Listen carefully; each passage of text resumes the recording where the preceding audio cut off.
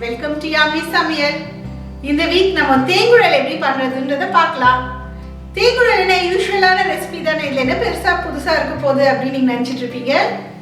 But I promise you, இது வந்து நீங்க யூஸ்வலா பண்றதை விட இது கொஞ்சம் டிஃப்ரெண்டான இது. இந்த ரெசிபி நீங்க ஃபாலோ பண்ணீங்கன்னா நல்ல வெள்ளையாகவும் இருக்கும் உங்க தேங்குழல், அதே சமயம் ரொம்ப கிறிஸ்பியாகவும் இருக்கும்.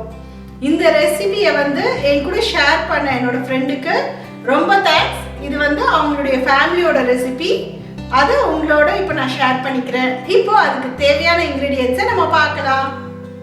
இப்போ இதுக்கு தேவையான மெயின் இன்க்ரீடியன்ட் வந்து 2 கப் அரிசி மாவு, 1/2 கப் உளுந்தம்பருப்பு, 1 ஸ்பூன் உப்பு, 1 ஸ்பூன் எள்ளு, 1 ஸ்பூன் வெண்ணெய். இந்த அரிசி மாவை வந்து நீங்கள் இது மெஷின்லலாம் கொடுத்து அரைக்கணும்லாம் அவசியமே இல்லை. நீங்கள் ஜஸ்ட் கடையிலேருந்து வாங்கி வச்சுருக்க அரிசி மாவே கூட யூஸ் பண்ணிக்கலாம். அதே மாதிரி தான் உளுத்தம்பருப்பும் வீட்டில் இருக்க இது உளுத்தம்பருப்பே தான். ஸோ இதுக்காக நீங்கள் வந்து அரிசி ஊற வச்சு காய வச்சு இந்த கஷ்டம், இந்த ப்ராசஸ்லாம் எதுவுமே கஷ்டப்பட தேவையில்லை. ரொம்ப சிம்பிள் அண்ட் ஈஸியாக நல்லா கிறிஸ்பியாக வரும். அண்ட் இந்த உளுந்த பருப்பை வந்து 1/2 கப் உளுத்தம்பருப்புக்கு 1/2 கப் தண்ணி ஊற்றி ஸ்டீம் வந்ததுக்கப்புறம் வெயிட் போட்டு ஒரு 8 நிமிஷம் மீடியம் தீயில் வந்து வேக வச்சிட்டிங்கன்னா கரெக்டாக வந்துடும். இந்த இன்க்ரீடியன்ட்ஸ் லிஸ்ட்டை நீங்கள் டிஸ்கிரிப்ஷன் பாக்ஸ்லேயும் நீங்கள் பார்த்துக்கலாம். இப்போ நம்ம உளுத்தம்பருப்பை வந்து நான் ஆல்ரெடி வேக வச்சாச்சு. இப்போ நம்ம வேக வச்சு இந்த உளுத்தம்பருப்பை நல்லா பேஸ்ட்டாக அரைச்சிடலாம். பாருங்கள், இந்த மாதிரி தான் நல்லா பேஸ்ட்டாக நல்லா வெண்ணெய் மாதிரி அரைச்சி வச்சுக்கணும். இப்போ நம்மளுடைய ட்ரை இன்க்ரீடியன்ட்ஸ் எல்லாத்தையும் வெண்ணெயும் சேர்த்து ஃபஸ்ட்டு மிக்ஸ் பண்ணிடலாம்.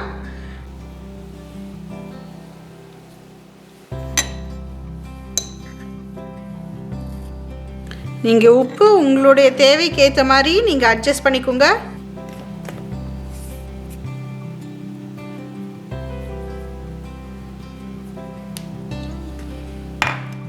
இந்த வெண்ணெயை வந்து கொஞ்சம் நல்லா மாவோட நல்லா மிக்ஸ் ஆகிற மாதிரி பிசைஞ்சு விட்ருங்க.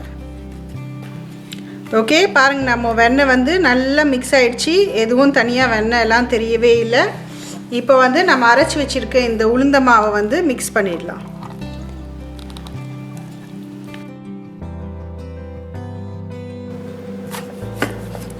இப்போ நம்ம மாவு வந்து பாத்திரத்தோட சைட்லலாம் ஒட்டாமல் நல்லா இந்த மாதிரி ரவுண்டாக பிசைஞ்சுக்குங்க. இதுக்கு வந்து உளுந்த மாவு இல்லாமல் உங்களுக்கு எக்ஸ்ட்ரா கொஞ்சம் தண்ணி தேவைப்பட்டுச்சுனாலும் தண்ணியை கொஞ்சம் ஊற்றிக்குங்க. நீங்கள் புளியிற கன்சிஸ்டன்சிக்குன்னு வரணும், இந்த மாதிரி ஒட்டாமல். ஓகே, இப்போ நம்மளுடைய தேங்குழல் மாவு ரெடி.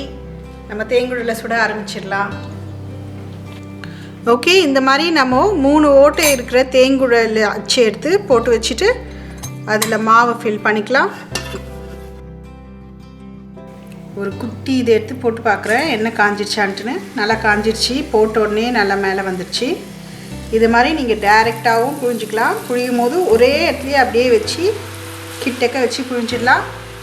அப்படி இல்லைன்னா இந்த கரண்டியை வந்து இந்த மாதிரி எண்ணெயில் முக்கிக்குங்க. அப்போ தான் நீங்கள் புழியிற இந்த தேங்குழல் வந்து ஒட்டிக்காமல் நல்லா வரும். ஸோ இந்த மாதிரி புழிஞ்சிட்டு அதை அப்படியே கவுத்துக்கலாம்.